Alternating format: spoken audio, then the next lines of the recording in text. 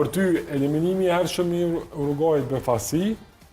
Gjithsesi, po befasi definitivisht e konsideroj edhe unë, me vetë faktin paraqitjet e tyne qysh i kemi pa dhe qysh kanë qenë forcën e ekipit, futbollin e bukur, na si fansa që kemi dëshirat, futbollin atraktive, të shpejt në fushë gjelbërt është... Kur të kryet... Edhe grupi nuk e ka pas shumë të fortë. Po realisht jo, shumire tha profa, me një gabim që e bëri kur jo ndesh me ekipin e gjelbërt.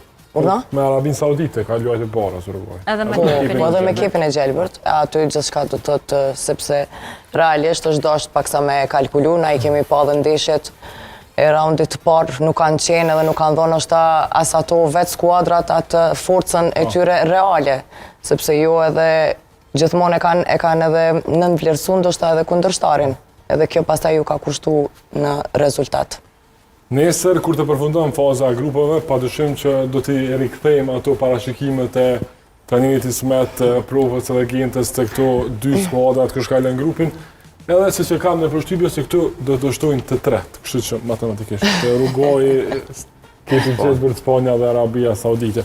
Shohim çfarë kanë parashikuar Brëm, Bibi Sokoli dhe trajneri Ismet Munishi në mungesë të Gent Acanës, i cila ka qenë Kaneval në Golden Eagle Brëm. Ekipi Gjelbërt